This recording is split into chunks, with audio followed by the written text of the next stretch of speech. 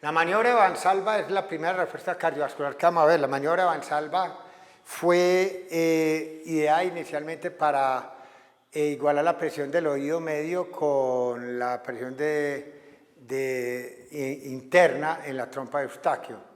Entonces la maniobra de Valsalva, esa fue la utilidad que inicialmente le dio. Después se le dio alguna utilidad en el diagnóstico a nivel cardiovascular. La maniobra de Valsalva, como ven aquí, está catalogada en 4 fases. Esta es la presión sanguínea arriba y aquí son los niveles de frecuencia cardíaca. Siempre en esta maniobra la presión va para un lado y la respuesta compensatoria, que es la bradicardia, trata de contrarrestar lo anterior. En el primer periodo en la maniobra de Valsalva, que se describe como 4 números romanos, aquí vemos, en la primera hay un aumento en la presión arterial con una caída en la frecuencia cardíaca compensatoria, y ocurre cuando uno cierra la glotis y hace presión intrapleural positiva, y eso trata de comprimir tanto a las cavas como a las aurículas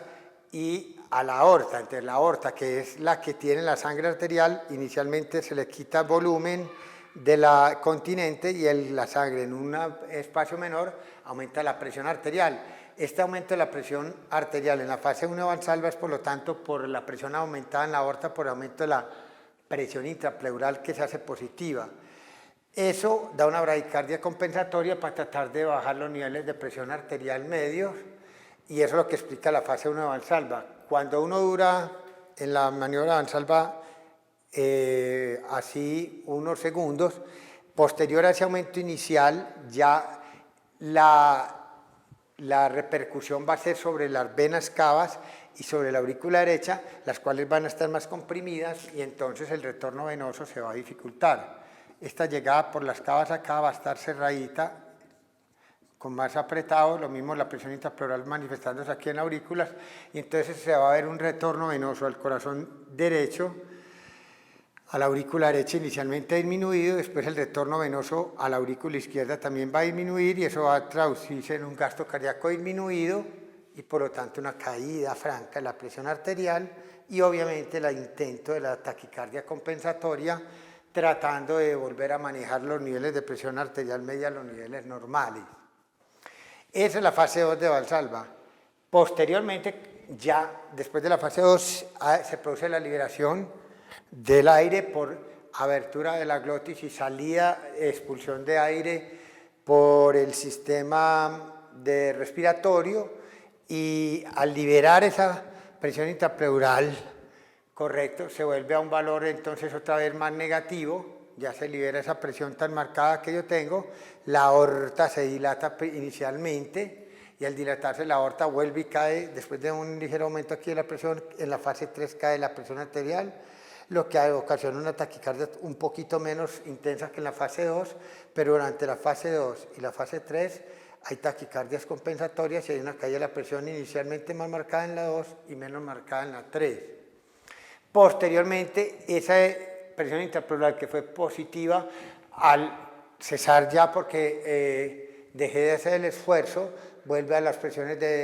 pleurales negativas, y eso hace que las venas cavas superior, inferior y la aurícula derecha pues estén menos apretadas y haya una más facilidad al retorno venoso, inicialmente al corazón derecho y posteriormente al corazón izquierdo, lo que se manifestará en un aumento del gasto cardíaco con aumento de la presión arterial, que es típico de la fase 4 de Valsalva. Mire que la presión, esta es la presión sistólica, acá la parte de arriba, aquí la presión diastólica, la media estaría en un punto entre estas dos, y acá vemos un nivel más alto en los niveles de presión arterial que estos, producto de la fase, lo que llama el rebote de la fase 4 de Valsalva, que se presenta clásicamente con una presión arterial aumentada y con una bradicardia compensatoria. Como durante toda esa fase lo más fácil detectar o es al principio cómo va a arrancar, y al final yo tomo la presión al arrancar, tomo la frecuencia cardíaca al arrancar, tomo la presión arterial al final y tomo la frecuencia cardíaca a los 6 segundos, 8 o 10 después de haber soltado el aire por la glotis, haciendo la expulsión de aire, y eso me da a mí un indicativo de cómo, si hay bradicardia o no comparado con la fase inicial, y si hay hipertensión o no, de acuerdo a la fase inicial. Esa maniobra de Valsalva lo que ha tratado de utilizarse a nivel clínica es para ver lo sano del sistema de los vasoreactores, tratando de alterar la señal, de mandar una señal contradictoria, unas veces de presión alta, otras veces de presión baja. Entonces lo que trata de buscar es la integridad de los vasoreactores. Por lo tanto hay dos tipos de alteración en esta curva.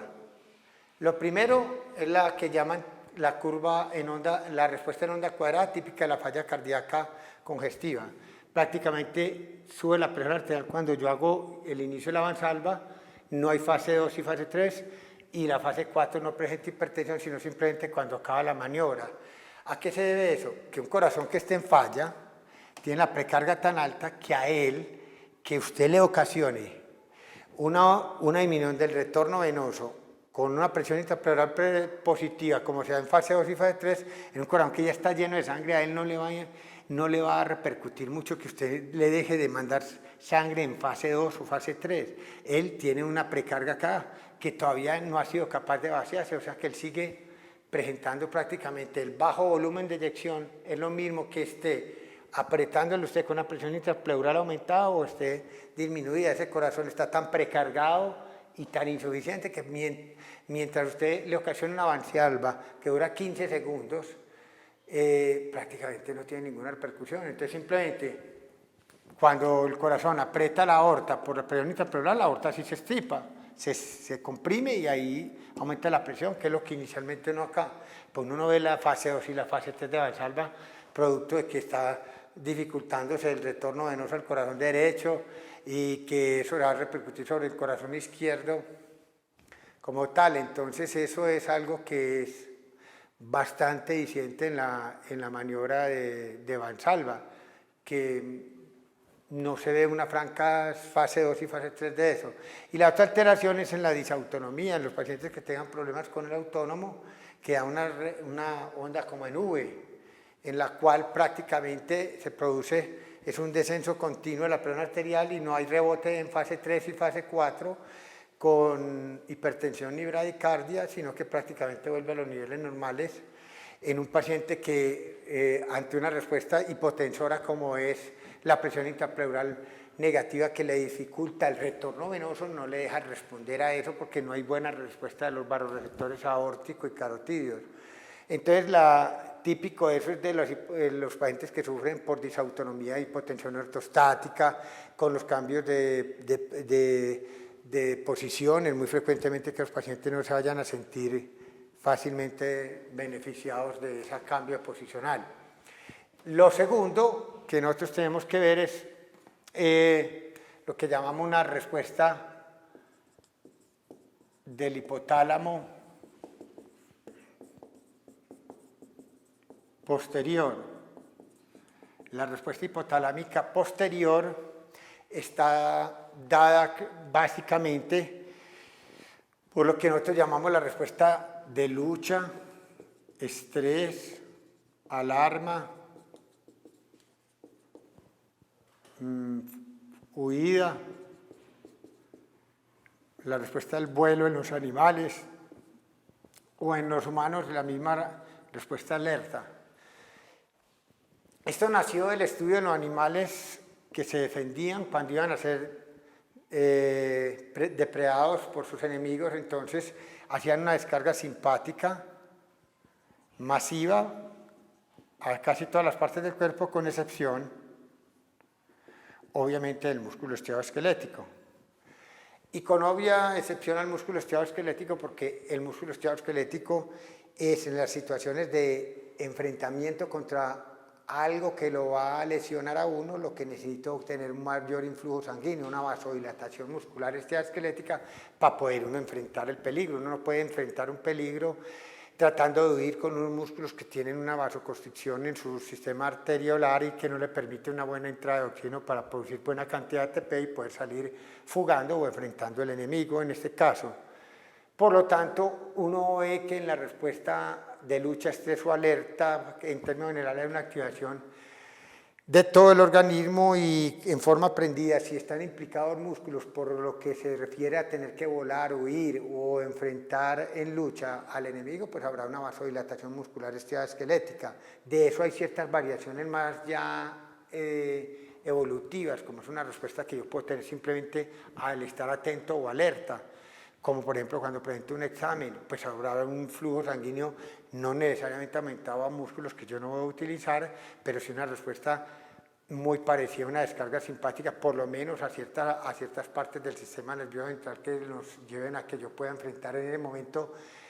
Mi peligro es tener una buena concentración para poder lograr el objetivo que yo busque, una buena irrigación sanguínea cerebral, midriasis, para que pueda yo poner una buena entrada de señales del mundo exterior por visual, auditivamente también debo estar en condiciones adecuadas y entonces la respuesta nerviosa del simpático va a servir para ello. Lo contrario a esta respuesta hipotalámica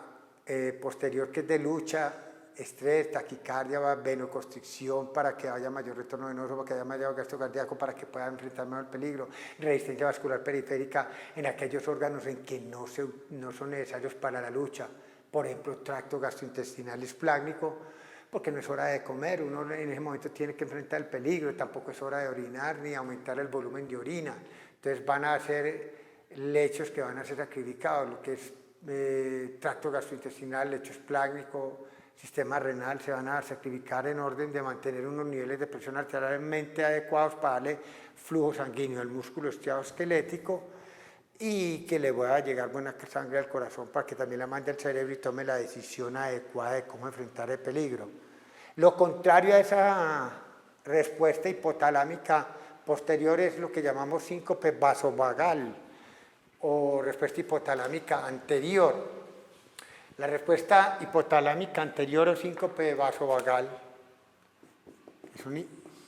respuesta del hipotálamo anterior. Es la típica respuesta que da la zarigüeya ante un peligro. Ella más bien ve que el peligro es inminente y que ella no puede enfrentarlo porque va a salir lesionada, su enemigo es posterior y le da por lo que llamamos desmayarse, un desmayo,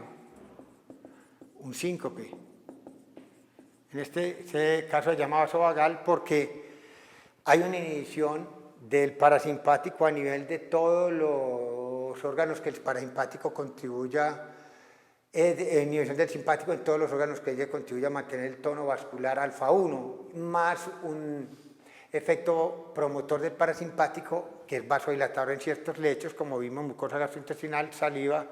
y tracto genitourinario. Lo que pasa es que en el ser humano, a diferencia de otros mamíferos, el componente parasimpático no es muy importante para vasodilatar. Y lo que es más importante en la respuesta hipotalámica anterior es la inhibición del sistema nervioso simpático vasoconstrictor,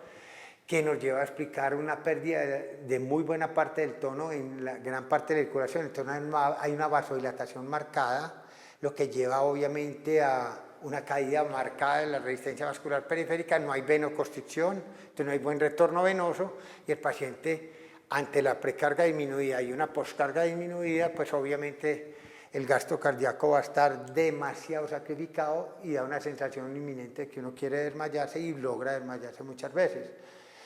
Se supone que es un mecanismo de defensa para que pase el peligro y una vez uno despertado, pues de pronto las condiciones de esa situación estresante haya desaparecido y yo pueda superar la situación peligrosa. El ser humano no ha olvidado tener una mezcla de las dos respuestas y uno a veces no puede fácilmente pronosticar qué tipo de respuestas tendrá uno. A veces ve uno gente que uno dice no, que es muy tesa, muy enfrentadora de peligro, muy luchadora y a veces los ve uno paralizados, totalmente quietos